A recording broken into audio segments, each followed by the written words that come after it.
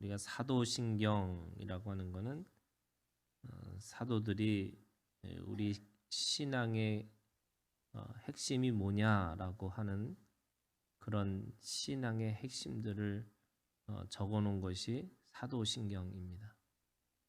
그래서 사도신경은 특별히 이단이 판치는 그 시대에 적어도 우리가 이것에 대해서 합의를 하고 우리 신앙에 대해서 그리고 그 신앙의 고백으로서의 정제된 그런 고백이 사도신경이죠.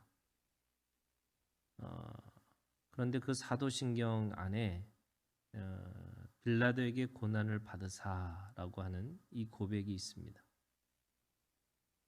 빌라도에게 고난을 받으사라고 하는 이 한 구절 때문에 2000년 동안 예수님의 죽음은 빌라도에게 돌려지고 있는 거죠. 아마 빌라도의 입장에서는 오늘 이 본문의 말씀을 읽어보면 억울한 측면이 있어요. 왜냐하면 이 빌라도도 사람들에게 그 사람이 어떤 사람인 줄 아는 거죠. 18절에 보니까 이는 그가 그들의 시기로 예수를 넘겨준 줄 알미더라 이렇게 얘기하고 있어요. 그러니까 예수님을 넘겨준 이유가 어떤 정말로 정치적인 문제를 가지고 그 정치적인 혐의를 가지고 있다라고 생각하고 있는 것이 아니고요. 그들의 시기, 그러니까 그들의 음모 때문에 예수님이 잡혀왔다는 것을 그도 분명하게 알고 있었죠. 거기다가 그의 아내가 이방인임에도 불구하고 영적으로 깨어있는 여인이었던 것 같아요.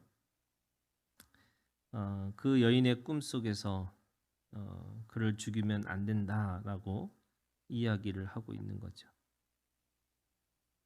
그리고 총독은 그들에게 두 가지 또 선택을 하게 합니다. 바라바를 놔줄 것이냐 아니면 예수 그리스도를 놓아줄 것이냐. 근데 사람들은 그 안에서 이미 자신들이 음모를 꾸미고 있고 또 서로 모의를 하고 있었기 때문에 사람들은 바라바를 선택하게 하고 예수를 죽이라고 합니다. 이도저도 끝까지 안 되고 나니까 빌라도는 자신의 손을 씻으면서 이 사람의 피해에 대해 나는 무죄하다 이렇게 얘기합니다. 자신은 그 죄에 대해서 책임이 없다 이렇게 이야기를 하고 있는 거죠. 그런데 왜 사도신경에는 빌라도에게 고난을 받으사 이렇게 됐을까? 결국 그 도장을 찍은 사람은 빌라도이기 때문에 그런 거죠. 마지막 최종적인 그 판단은 이랬든 저랬든 누가 하든 그거는 빌라도가 한 것이기 때문에 그런 겁니다. 그래서 이 로마의 이 법치국가잖아요. 철저하게 법을 지키려고 하는 나라가 로마의 제국이었는데 그 법을 지키는 이 과정에서 누가 그 최종적인 책임자냐라고 했을 때는 빌라도가 책임자였습니다. 그럼 빌라도는 왜 그렇게 할 수밖에 없었을까라고 생각해 보면 24절에 빌라도가 아무 성과도 없이 도리어 밀란이 나누는 것을 보고 물을 가져다가 무리 앞에 손을 씻으며 이렇게 되어 있습니다. 빌라도가 가장 두려웠던 게 뭐냐면 밀란이었습니다. 그런 건 자신의 총독을 하는 과정에서 그 밀란이 일어나면 자신의 정치적인 생명 또 사람들에게 보여지는 평가 또 로마의 황제에 가지고 있는 그 입장에 대해서 그것이 두려웠기 때문에 최종적으로 자신이 도장을 찍어서 예수님을 사형을 시킨 거죠. 우리는 이 하나님 앞에서 각각의 자리라는 것을 주셨어요. 이 자리라는 건 뭐냐면 그 사람이 가지고 있는 책임의 한계입니다. 책임의 자리죠. 어떤 자리라고 하는 것은 그 자리로서의 책임을 분명하게 주셨다고 하는 겁니다. 그리고 그 자리라고 하는 것은 그 책임을 주는 것뿐만 아니라 책임을 질 수 있는 능력도 주셨다는 거예요. 그러면 왜 이 빌라도에게 이 총독의 자리를 허락해 주셨을까? 하나님은 선과 악의 이게 우리가 가지고 있는 믿음이라는 것이 선신과 악신이 싸우는 게 아니고요. 하나님의 주권 아래 있는 거죠. 그 주권 아래 있다는 말은 결국 하나님 안에서 그것이 모든 것이 이루어지는 것이죠. 근데 어떻게 악이 있을까? 또 악의 그런 일들을 하고 있을까? 생각해 보면 하나님은 그 선한 것을 의도적으로 개입을 하세요.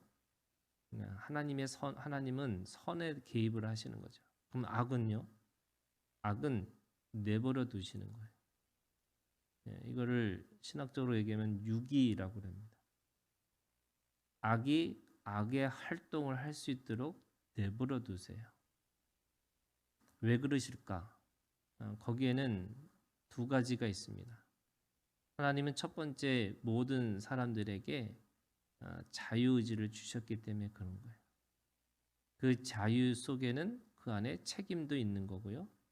그 책임을 위해서 자리를 주신 거죠. 그게 모든 사람에게 그런 자리를 주신 거예요. 그거는 믿는 사람이든 안 믿는 사람이든 모든 사람들에게입니다. 이 세상을 살아가는 모든 사람들에게 하나님께서 그 자리를 주셨어요. 이거를 좀 더 나가면 이게 처소관이라고 그래요. 자기의 가지고 있는 처소들이 있는 거예요.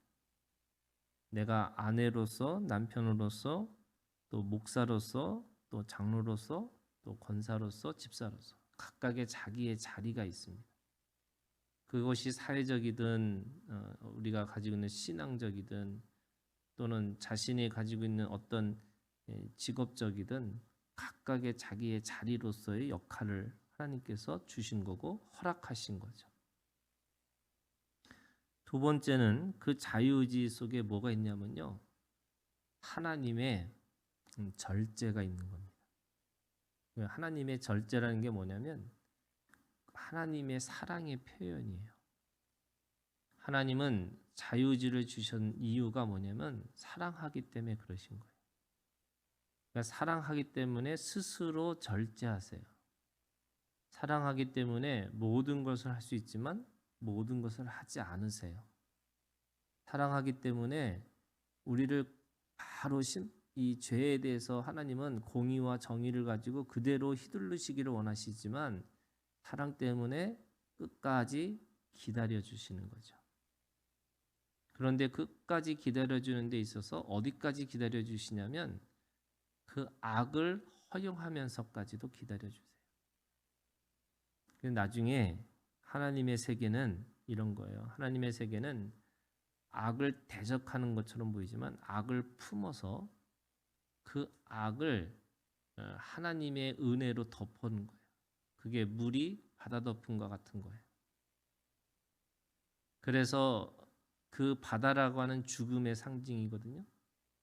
그 바다가 처음에는 갈라지는 것처럼 보고 그 바다가 흘러내려오는 것과 서는 것을 경험하는데 나중에는 그 바다 위를 걸어가는 거예요. 운행하시는 거죠. 그 죽음의 바다, 악의 바다, 그 사망 권세가 사망의 권세의 그림자가 드려진 그 바다조차도 하나님은 품고 계셔서 그 품은 걸 통해서 그 속에서 돌아오기를 기다리시는 거죠. 그래서 하나님은 하나님의 사람들에게 뿐만 아니라 모든 사람들에게 기회를 주시는 거예요. 허용하시는 거죠. 이 빌라도가 가지고 있는 이 것들을 통해서 하나님이 쓰신 거다. 그런데 그 하나님이 쓰셨다고 하지만 결국은 빌라도의 자유의지예요. 그러면 빌라도가 그렇게 안 했을 경우에는 예수님은 십자가에서 죽지 않았을까요? 그 악함은요, 또 다른 사람을 통해서 또 다른 죽음을 불러올 거예요. 그런데 그게 여러분 내가 아니기를 기도하셔야 돼요. 내가 빌라도 같은 자리에 있으면서 최종적으로 내가 책임을 지는 자리에 내가 그렇게 쓰임 받지 않기를 여러분 기도하셔야 돼요. 사람들은 생각해요.